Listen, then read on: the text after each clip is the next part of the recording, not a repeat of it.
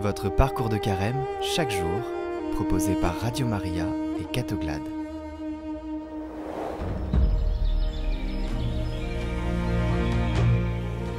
Bonjour à tous, on se retrouve aujourd'hui pour le témoignage d'un juif converti au catholicisme, du judaïsme à la chrétienté.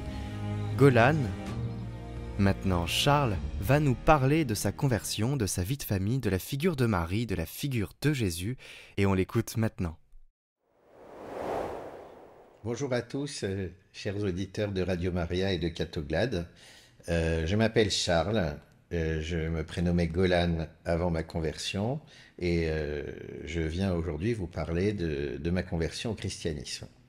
Donc on doit reprendre depuis les origines. Je suis né juif et j'ai grandi au cours de mes premières années de vie en Israël. J'ai une éducation extrêmement religieuse, donc j'ai toujours été près de Dieu. Mais je ne connaissais pas Jésus, car dans la religion juive, Jésus est le Messie que l'on attend toute une vie et qui ne vient pas. Et il a fallu que je traverse, comme souvent dans la vie, de l'adversité pour rencontrer Jésus. Et donc ça se passe au cours de l'année 2008. Moi, c'était l'année où j'avais 34 ans et j'avais acheté une très grande maison dans le Val d'Oise. Et cette très grande maison nous a complètement ruinés et on nous a volé beaucoup d'argent et on s'est retrouvé plus ou moins à la rue début décembre, alors qu'on avait 5 enfants en bas âge, dont un dernier qui était un bébé. Et on devait emménager dans notre nouvelle maison dans laquelle il n'y avait ni salle de bain, ni WC, ni cuisine. Et notre précédente maison, elle était à vendre aux enchères. Et donc, on devait absolument libérer les lieux et on était désespérés. Et à un point que mon épouse m'a dit, pour la veillée de Noël, je me permettrais d'aller laver les enfants à la piscine municipale. Vous imaginez comme ça peut être quelque chose de douloureux pour un père de famille. Et donc le Seigneur déjà nous a envoyé à ce moment-là un monsieur qui s'appelle Sergueï, qu'on ne connaissait absolument pas, et qui est rentré dans nos vies et qui s'est engagé, alors qu'il lui restait 10 jours avant Noël, à faire en sorte qu'on puisse avoir une cuisine fonctionnelle, un WC, une salle de bain et une chambre pour nos 5 enfants. Et donc déjà c'était un miracle. Et le miracle s'est complété au cours de la veillée de Noël, que nous ne fêtions pas religieusement puisque nous n'étions pas chrétiens, mais nous faisions quand même, comme beaucoup de païens, un repas de Noël, comme beaucoup de Français et de gens à travers le monde. Et on n'avait pas d'argent pour acheter les cadeaux de Noël de nos enfants. Donc en fait, notre seul cadeau cette année-là, c'était de s'être offert un petit pain avec des pépites de raisin. Donc l'objet à 50 centimes. Donc c'était notre cadeau. Donc on a partagé ce morceau de pain. Et à la fin du repas, on avait réussi à louer un DVD de Narnia, 2 euros chez Vidéo Futur, une entreprise qui n'existe plus. Et donc voilà, notre veillée de Noël a été extrêmement simple. Et là, on s'est retrouvé, moi entouré de mes 5 enfants, devant ce film. Et j'ai été pris d'une émotion grande que je ressens encore aujourd'hui en vous parlant, en me disant que, bah voilà, que c'était dans la simplicité que le Seigneur nous touche.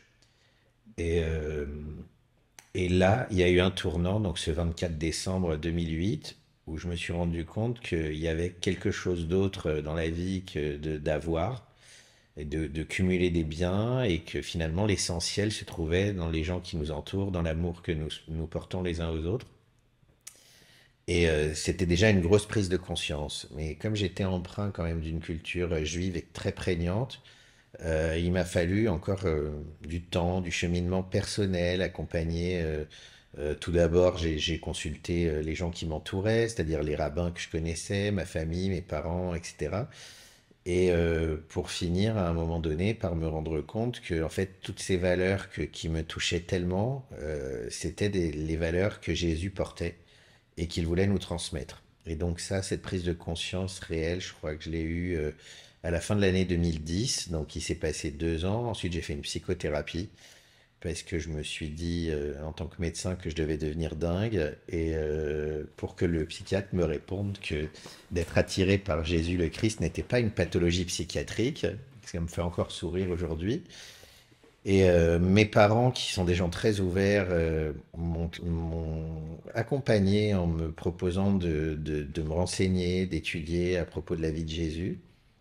Et je me suis aussi retrouvé entouré par des amis catholiques qui sont des gens extraordinaires, qui sont des amis encore aujourd'hui que j'avais connus par l'intermédiaire d'un groupe de chant. Et je me suis dit, ben moi j'ai envie de ressembler à ces gens-là, j'ai envie de porter ces valeurs-là et j'ai envie de transmettre le message de Jésus-Christ, aimez-vous les uns les autres comme je vous ai aimé. Euh, et je ne savais pas vraiment par quel bout prendre le chemin. Et un jour, je vois arriver à ma consultation une dame qui s'appelle Sœur Patricia, qui se reconnaîtra peut-être si elle regarde cette vidéo, et qui était une carmélite, qui était au Carmel de Daumont. Alors moi, c'est la seule fois de ma vie que j'ai vu une sœur à ma consultation, et je n'en ai jamais revu depuis. Et donc j'ai considéré que c'était le Seigneur qui me l'avait envoyé, et on est, je lui ai dit, ah ma sœur, vous êtes devant moi, on va parler de choses sérieuses. Donc on a complètement laissé tomber son problème médical. Et je lui ai demandé de l'aide pour savoir ce que je devais faire pour enfin pouvoir être accueilli auprès des frères chrétiens.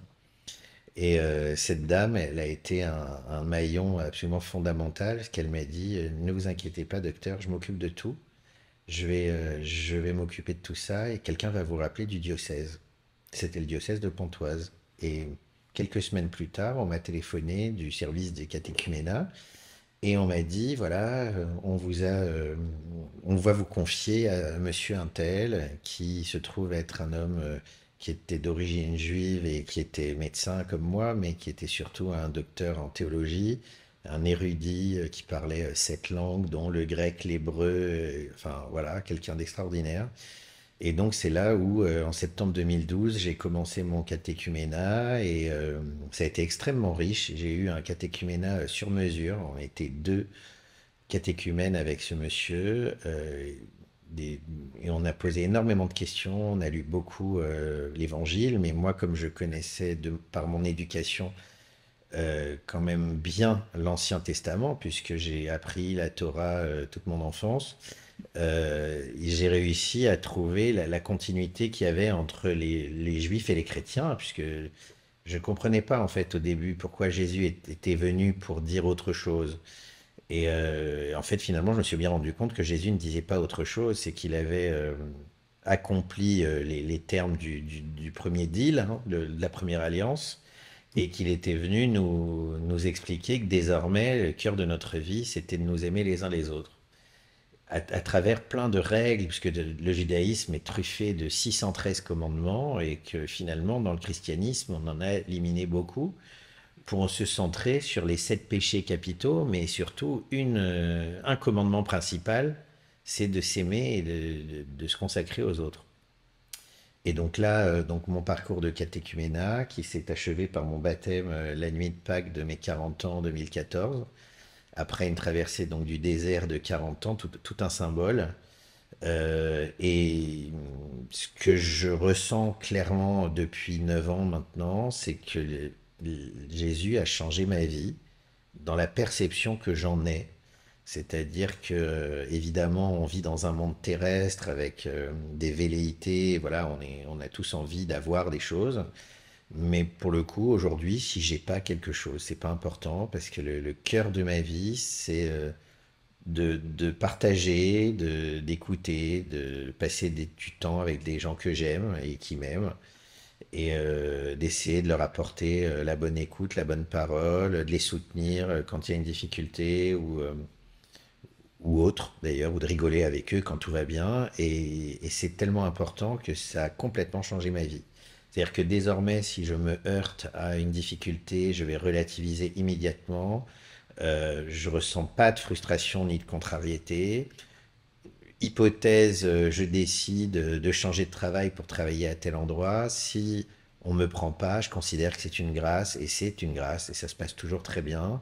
Si je décide d'acheter un bien mobilier, immobilier, n'importe quel objet matériel et que finalement ça doit se faire, ça se fait, ça peut être une petite chose. J'achète beaucoup de choses sur le bon coin. Alors j'envoie parfois des messages en disant voilà, je voudrais bien acheter votre chaise, votre table ou n'importe quoi. Et puis je me dis, bon, bah, si ça doit se faire, ça se fera. Et si ça se fait pas, c'est pas grave. Parce que tout ça, c'est somme toute que du matériel et ça n'a.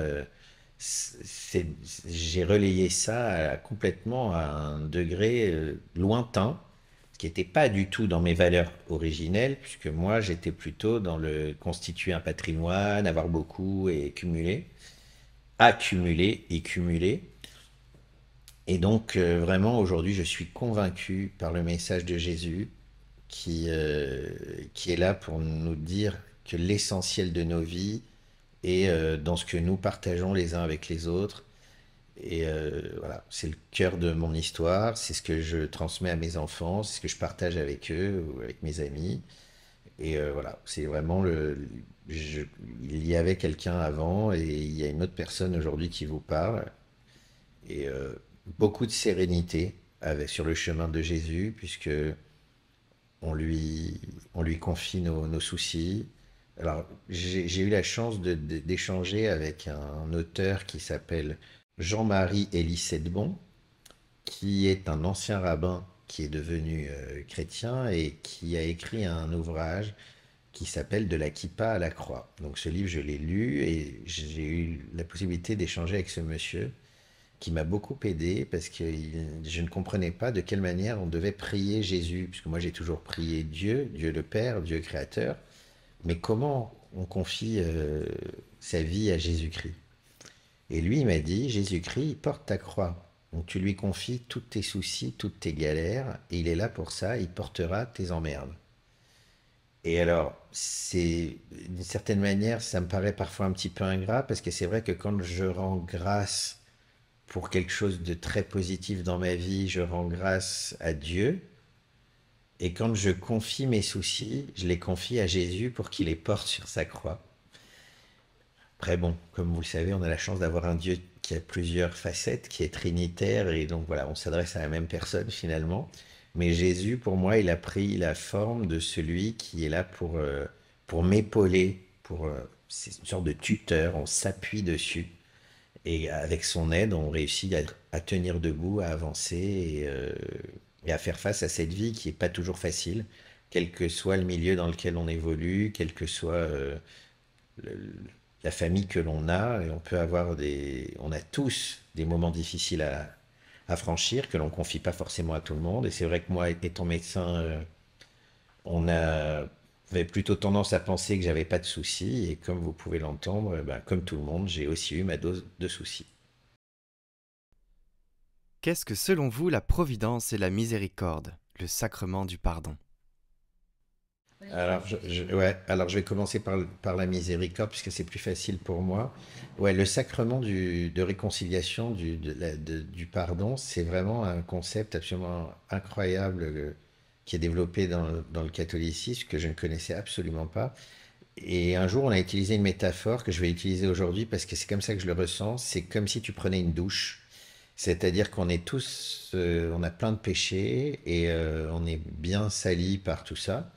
Et quand on se confesse et quand le Seigneur, par intermédiaire du prêtre, nous pardonne, on a vraiment un sentiment de purification, de nettoyage. Et c'est une dimension dans le judaïsme qui n'existe absolument pas, puisque en fait, dans le judaïsme, on doit attendre le jour dernier, donc au moment de sa mort, où en fait on rend des comptes sur le bien et le mal qu'on a fait. Et dans le catholicisme, on a quand même le sentiment d'avoir une ardoise qui s'efface à chaque fois que l'on se confesse. Et c'est vrai que ça fait énormément de bien et on se sent plus léger et on se sent à nouveau aimé à ce moment-là. Et la providence, alors, c'est sans doute différent. Dans le judaïsme, on parlerait presque du destin, c'est-à-dire comme si on avait un chemin qui était tracé devant nous et qu'on devait suivre ce chemin qui est pré-tracé, c'est-à-dire le sillon est déjà sur le chemin et on suit ce sillon. Et donc, comment moi je vis la providence, ça va être des rencontres humaines ou des concours de circonstances, des événements.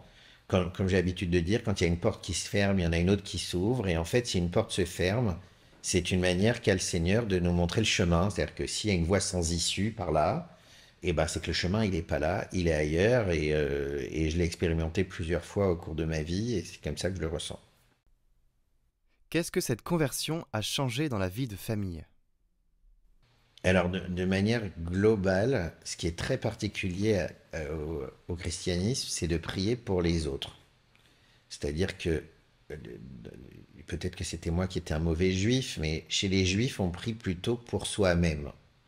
Globalement, pour soi-même, pour sa famille, pour les gens qui nous entourent au premier degré ou que l'on porte vraiment dans notre cœur. Dans le christianisme, on prie pour ces gens-là, mais on peut aussi prier pour des gens plus loin, pour telle misère dans le monde, ou pour même des ennemis, des gens qui nous ont fait du mal. Donc déjà, moi, ça m'est arrivé de prier souvent pour les gens qui m'avaient fait du mal, et ça fait un bien fou. C'est très étonnant comme sentiment.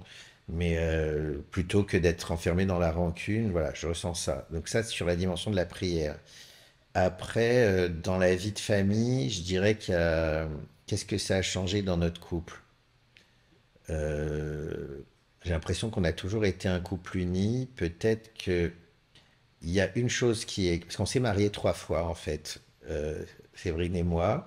Une fois à la synagogue, une fois à la mairie et une fois à l'église. Et donc, il y a eu 5 ans d'écart entre chaque mariage. Donc, le mariage à l'église est intervenu 10 ans après le mariage à la mairie. Et on a partagé ça un jour. On s'est dit que depuis qu'on est marié à l'église, il n'y a plus aucun doute pour nous dans ce mariage. C'est-à-dire que si tant est qu'avant on ait pu se dire s'il y a telle ou telle difficulté, peut-être qu'un jour on pourra divorcer. Et là, ce que l'on ressent intimement, profondément, c'est que le mariage, il est immuable, qu'il est indéfectible, indissociable et qu'il est solide. C'est quelque chose que nous percevons tous les deux. Après, on a toujours été un couple qui était relativement harmonieux, on va dire. Donc, c'était pas pire, pas moins bien. Peut-être qu'on essaye de s'écouter plus. Et quant à nos enfants, bah, on essaye de leur transmettre la foi chrétienne. On en a 6, mais ils sont pas tous dans la même dynamique, on va dire. Donc il y en a qui sont plus croyants, et il y en a qui sont plus sceptiques. Mais il y a une chose qui est certaine, c'est qu'on essaye de faire face à toutes les difficultés éducatives par l'intermédiaire de l'amour et pas forcément de la punition. C'est-à-dire que, alors, sans doute que c'est le message de Jésus, et pour le coup, c'est ce que j'ai toujours dit, ma mère était sans doute aussi chrétienne sans le savoir, parce que ma mère m'avait guidé sur ce chemin, que c'est beaucoup plus facile d'éduquer les enfants quand on leur fait témoignage de notre amour. Et c'est ce qu'on fait quand même assez souvent, et du coup, on arrive quand même à avancer avec eux, même quand il y a des résistances. J'ai l'impression pour répondre à votre question, il y a énormément d'amour chez nous depuis que Jésus est là. Alors, ce que je ne saurais pas dire, c'est que si Jésus n'avait pas été là, comment aurait évolué la famille? Mais en tout cas, c'est vrai que notre foyer, voilà, il y a pas de dispute entre nos enfants. Il n'y a pas vraiment de dispute entre les parents. C'est c'est une sorte de cohabitation pacifique. Est-ce qu'il y a une parole qui a marqué votre chemin spirituel? La parole qui sort tout le temps, que je cite plusieurs fois par semaine et que mes enfants citent derrière moi, c'est tout est grâce. Ça, c'est tellement vrai et c'est tellement du vécu et on vit parfois des échecs, enfin ce que l'on peut assimiler à un refus, un échec, une contrariété. Au premier degré, ça paraît une déception et en fait, quand on se dit que tout est grâce et que le Seigneur ne fait jamais rien pour rien, d'abord, on fait face à cette note négative avec beaucoup de positivité et finalement on rebondit très vite et c'est vraiment une parole qui nous guide. Et je l'ai tellement dit que quand mes enfants m'imitent, ils disent tout est grâce. Avez-vous vu le film de Gad Elmaleh Reste un peu? Comment voir la Vierge Marie? Alors oui, j'ai vu le film de Gad Elmaleh, alors il m'a beaucoup touché parce qu'on a plus ou moins la même structure familiale, c'est-à-dire que mes parents étaient marocains, qu'ils avaient un peu le même genre de valeurs. Ça m'a beaucoup fait rire et puis pleurer aussi parce que j'avais beaucoup d'émotions. Alors moi, la Vierge Marie, elle était très loin de moi au départ. Ça a été une autre conversion que la conversion à la Vierge Marie, contrairement à Gad. Moi, c'était Jésus, Jésus, Jésus. Et Marie, je n'arrivais pas à concevoir sa sainteté, enfin, je ne ressentais rien. Et il y a eu d'abord un pèlerinage des pères de famille à Cotignac, où j'ai râlé pendant 3 jours, et les frères qui étaient là avec moi, ils ont dû me porter pratiquement, pas physiquement, mais psychologiquement, pour que j'arrive en haut. Et franchement, j'ai marché toute la route en me disant plus jamais je reviens. Et quand je suis arrivé en haut, et on rentre donc dans l'église Notre-Dame-de-Grâce, et on s'agenouille en chantant un Je vous salue Marie. Et alors là, j'ai levé les yeux et il y avait Notre-Dame-de-Grâce, donc une icône, quoi, une statue. Donc c'était pas la Vierge Marie, puisque c'était une statue.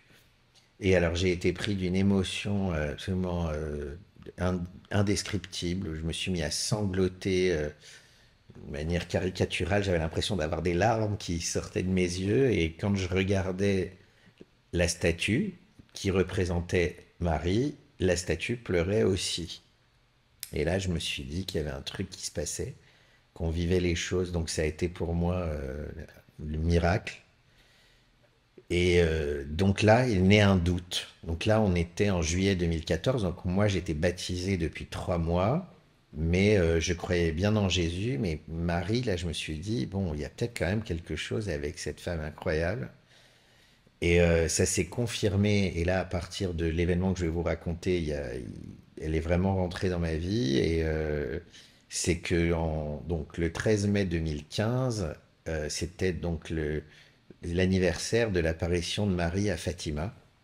Et en fait, d'ailleurs, pendant que je vous parle, je suis en train de réaliser une chose. Donc, j'ai un de mes fils qui avait 2 ans, et on avait une statue dans le jardin, qui était la statue d'une femme qui n'était pas Marie, mais qui d'une certaine manière ressemblait beaucoup à une potentielle icône de Marie.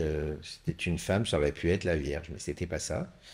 Et la statue est tombée sur mon fils de 2 ans, une statue qui devait faire au moins 200 kilos. Donc Victor a été blessé, une fracture du bras. Euh, et c'était la veille de la profession de foi de mon fils Clément et de la première communion de mes fils Gabriel et Mathias. Donc tout ça sur le même week-end. Et l'anniversaire de l'apparition de Marie à Fatima. Et là, je me suis dit, j'ai réalisé après l'événement, une fois que tout était passé, qu'en fait, c'était extrêmement grave ce qui s'était passé et que l'enfant aurait tout à fait pu mourir écrasé par la statue de 200 kilos. Et que pour moi, alors, il y avait eu un événement ce jour-là, c'est que nous avions une femme de ménage brésilienne qui était protestante et qui ne croyait pas en Marie. Et donc, c'était un vendredi, donc elle quittait la maison à 17 heures. Et moi, je lui ai dit, demain, si vous voulez venir à l'église, il y a la profession de foi de Clément et la communion de Gabriel et Mathias. Vous pouvez venir. En plus, il y a une communauté portugaise, comme elle était portugophone. Et cette femme qui s'est mise à crier dans mon entrée en disant, mais moi, je ne crois pas en Marie. Il me semble, si je ne veux pas transformer ses propos, mais qu'elle ait insulté Marie. Et qu'elle a dit quelque chose du style, de toute façon, cette nana, elle a traité de tous les noms, je ne dirais pas, mais bon, voilà, vous pouvez bien imaginer. Et moi, j'étais désemparé, puisque j'étais pris à ce moment-là, donc c'était avant que la statue tombe sur Victor. Et moi, pris de doute, puisque j'avais pas encore la foi de Marie. Et donc, j'ai pas pris le pied de lui dire, je ne vous permets pas de parler comme ça de la Sainte Vierge Marie, etc. Et j'ai un peu baissé la tête et je l'ai laissé tenir des propos obscènes. Et donc elle est partie. Et donc une heure après cet événement, la statue tombe sur Victor, qui se fracture le bras, qui va très bien aujourd'hui, il a 8 ans, donc il n'est pas mort. Entre 17 heures et 18 heures, ce même jour, mes 2 garçons qui faisaient leur première communion avaient un rendez-vous avec le prêtre qui les préparait à la première communion, donc une séance de préparation à la première communion. Donc je suis allé avec eux, c'était à l'église de Bougival, et à la fin de notre échange, donc il était 18 heures, Et donc je dis au prêtre, vous savez ce qui m'est arrivé aujourd'hui? J'ai ma femme de ménage brésilienne, protestante, qui a tenu tel et tel propos, etc. Et le père me dit, vous auriez dû la reprendre, vous auriez dû faire ci, faire ça, etc. Et puis du coup, on s'est quitté avec, donc il y avait le père Bonnet, mes deux garçons, moi, et donc on a chanté trois fois Je vous salue Marie pour rendre grâce, et puis d'une certaine manière pour comme si c'était pour s'excuser de ne pas avoir été à la hauteur de défendre la réputation de la Vierge. Et on monte dans la voiture, donc 18h05, ça faisait 5 minutes, et ma femme m'appelle et elle me dit, il faut que tu viennes vite, la statue est tombée sur Victor, etc. Donc c'était le moment où nous avons prié la Vierge était quasiment simultanément le moment où cette fameuse statue est tombée sur Victor. Et là, avec le recul, le lendemain, quand j'ai mis bout à bout la succession d'événements entre l'insulte à la Vierge, le Je vous salue Marie trois fois, l'apparition de Marie à Fatima, enfin bon, tout ça qui était finalement en même temps. Et là, je me suis dit, mais en fait, Marie, elle est extraordinaire, elle a sauvé mon Victor. C'est notre mère à tous. Et voilà. Et là, ça a été pour moi, Marie est arrivée dans ma vie, mais finalement avec 7 ans après que Jésus soit arrivé. Donc, contrairement au film de Gad Elmaleh, qui lui est arrivé par l'intermédiaire de Marie, moi je suis arrivé par l'intermédiaire de Jésus. Mais d'un autre côté, ma maman s'appelait Marie, et comme une bonne juive, je vais finir sur cette petite blague, elle disait, mais si moi je suis Marie, peut-être toi tu es Jésus. Vous voyez, chez les juifs, on voit toujours qu'on est au top. Donc voilà, donc pour ma maman, je pouvais devenir chrétien, mais il fallait que je sois le top des chrétiens. Voilà. Merci à tous de m'avoir écouté et bon visionnage et bonne fin de carême et une très belle fête de Pâques à tous.